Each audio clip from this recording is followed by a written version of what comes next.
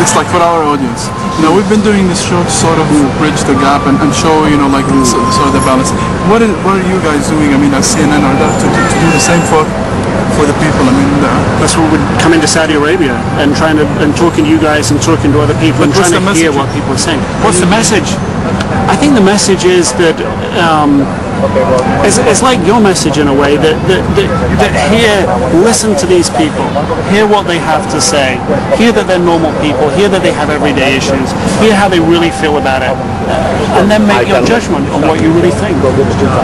And I think, you know, what we've heard you express, I mean, you're from where I stand, you're just like right there in the middle of Saudi society. You're the man on the street, if you will, of Saudi society. You're not telling me anything different that other people aren't telling me, and that's what's coming through. What you're telling us, the empathize, the understand, the listen to these issues. I mean, I think that's what we're doing. And you know, did you have certain expectations before? I mean, before you visited, were you expecting something, then you saw something different? Was it the same? I mean, when I came in June, I came right after the day that Paul Johnson was beheaded, and I felt that I stood out. And I felt, you know, when I arrived in Riyadh, could I trust that taxi driver? Would I be safe? Yeah, would I be safe in the hotel? What is a Saudi seeing on TV? The regular Saudi is sitting in Saudi Arabia. What is he seeing? All he's seeing is the Iraqi war.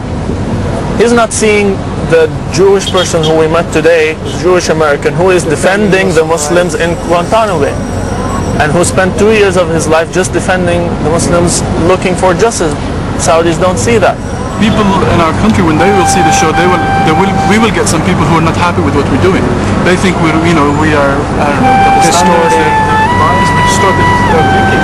and we will get this, and I know we are getting this. We feel we're doing the right thing because we have to voice our opinion, and we think this is the right thing. And that's what Islam teaches us. You know, just go ahead and do whatever is right, and don't listen to what people are saying. And I'm sure a lot of people are watching us right now who are going to watch this and going to say, why didn't you go to Iraq to show all the massacres that are happening? No, exactly. Why are you coming here September 11th after 3 years of the incident, and you're not going to Iraq, and children are being killed until today?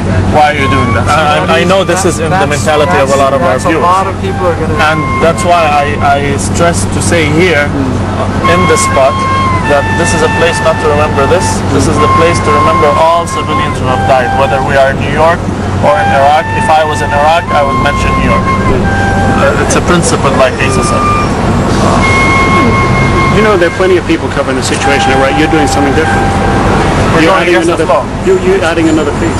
You're going against the flow. We're going against the flow right now. I think this will be the first program that will, we're trying our best, of course, that will show a balanced view on the U.S., taking emotions aside. Well, we're really trying to push emotions aside. And that's the name of the program. That's interesting. In the balance. In the balance. Because justice, you know, our symbol for justice in our culture as well as in the Arab world is the scales.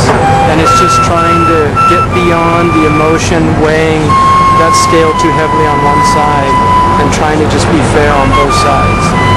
We're not saying that the U.S. is an angel. At the same time, we're not promoting that either.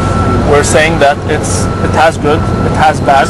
You have to admit, like you're admitting the bad, you have to be fair enough, fair-minded, and this is brutally in our religion, that you have to be fair enough to look at the good stuff that the U.S. has, as people, as a government, or as a civilization. There's a very important Quranic principle, which is biblical as well, but it specifically says in the Quran, do not allow the loathing of a people, either side, to prevent you from being fair. Be fair, because that is closer to piety or godliness. And that's what happens. The anger takes over, the resentment, and it clouds our ability to think rationally and to really be able to see clearly. So instead of seeing you as a human being, I now see you as an enemy or a demon. And you're not. You're just a human being. You know, and I think most of the people out there are just trying to do the best that they can. That's one of the most important lessons I learned until today, is to try to look at people as humans. And maybe I didn't have that before I came. I had it, but not to that extent that I have it right now. After all the interviews we had, I'm looking at people much more on a human level before looking into the religious beliefs, which is in the core of a lot of people in our area. They look first, what's your religion, and then, okay, this will depend on what's your religion. This is how I'm going to treat you. No, first you treat people as humans, and then okay, you might get into religion, but that's later on. That's not the first step. We're humans first of all. I think because of all the media, you know, you get sort of judgmental, and you see, and you make up your mind or whatever you see, and then when you came here, I mean, we had a lot of paradigm shifts. I mean, we're seeing things totally different versus what we thought would be or what we've been seeing on TV. So as we get along, we start discovering other things, and we start changing our perceptions about things. This has to happen both sides. So New York doesn't happen again, and Iraq stops. Both sides of the world.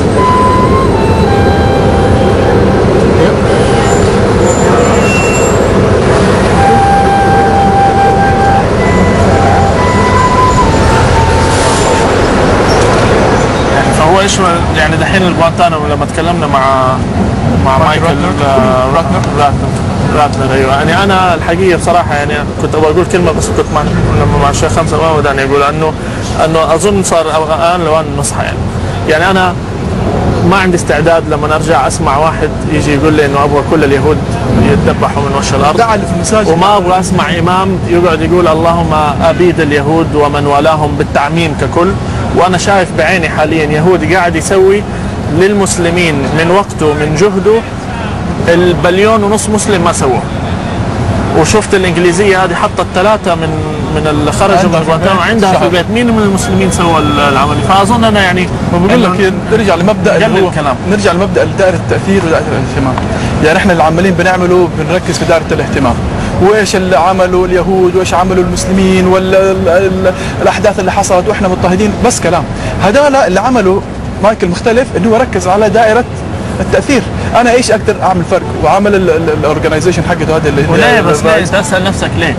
واحد يهودي احنا شوف احنا كيف نظرتنا على اليهود كلهم واحد يهودي ليه يضيع لك دين ويطلع لك هو انسان. شيء عجيب، هو يطلع لك كانسان. هذا الشيء احنا محتاجين نطلع له، ان نبتدي ننظر احنا كبني ادمين، لانه المشكله لما بنطلع لها بالتفصيل حتى صرنا بنعمل مشاكل بيننا، هذا حجازي هذا نجدي هذا مصري هذا باكستاني، يعني عارف، لانه بننظر لها على كلتشر وبننظر لها على جنسيه وبننظر لها على ديانه. هو بينظر لها انه هذا انسان ولا لا، طالما انسان محتاج مساعده، هل هو يحتاج مساعده؟ هل يستاهل؟ هل عارف جست لوك من هذا ما بننظر للناس هذا اللي احنا محتاجين. على قولك انا عجبتني الكلمه، محتاجين نصحى يا ناس، احنا نايمين والله نايمين يعني وفي غفله. فاذا ما حنصحى الان متى حنصحى؟ العالم فين بيتقدم؟ احنا لازلنا يعني ننظر حوالينا، انظر حولك يا اخي.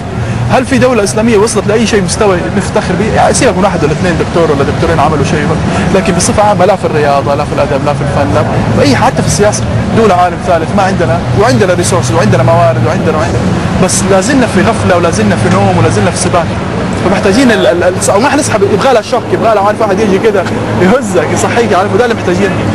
أنا شايف المسلمين حاليا مقسمين قسمين، هم يمكن يشكلوا 95% من المسلمين، إما أن جالسين نسكر وسكر وبنات أو مساجد يدقون هذا جزء قسم، ولا سائل عن إيش صاير في المسلمين، ولا سائل إيش صاير في العالم العربي، ولا سائل عن الناس اللي بتعذبوا في غوانتانامو ولا في العراق.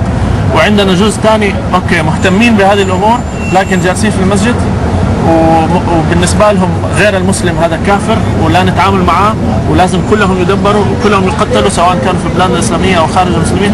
بس فين التوازن؟ فين الإنسان؟ يعني هل يضرني، هل علشان أنا متدين مثلا أو بصلي وأصوم هل يقلل من تديني أني أجلس مع واحد يهودي وأتكلم معاه بمستوى حواري وعقلي؟ هل يجعلني ماني متدين؟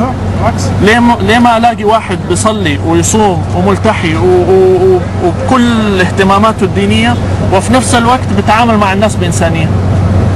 في نفس الوقت ما عنده مانع انه يضع يده في يد يهودي اذا كان هذا لصالح المسلمين. اكزاكت، مش دين في الاخير. الرسول عليه الصلاه والسلام مش كان درعه مرهون عند يهودي؟ يعني في التعامل مع اليهود والتعامل مع المسلمين والتعامل مع اهل الكتاب. انا ابغى فكر انه ممكن انا اسلم على واحد غير مسلم بما انه في مصلحه للاسلام. مصلحة الإسلام لن تأتي فقط من المسلمين، ممكن تيجي مصلحة للإسلام بالتعاون مع غير المسلمين. يعني احنا يمكن في الأخير نداءين، نداء للشباب إنه أصحوا وفوقوا وابدوا يتحركوا وسووا شيء. يعني يمكن في بدينا نلاقي بوادر صراحة، يعني يمكن على مستوى حتى النوادي، بس في بدوا شباب يفتحوا عينهم وبدوا يستوعبوا إنه والله خلاص جاء الوقت نعمل فرق. ونداء للمسؤولين، انه خذوا بيد الشباب، ساعدوهم، يعني اي مسؤول تحت يده هم عندهم السلطه وعندهم القدره انه يغيروا، التغيير منه اكبر بكثير من التغييرات حق الشباب يعني. فنداء لي ان شاء الله وباذن الله ربنا يسهل وايش يحسن وضعنا.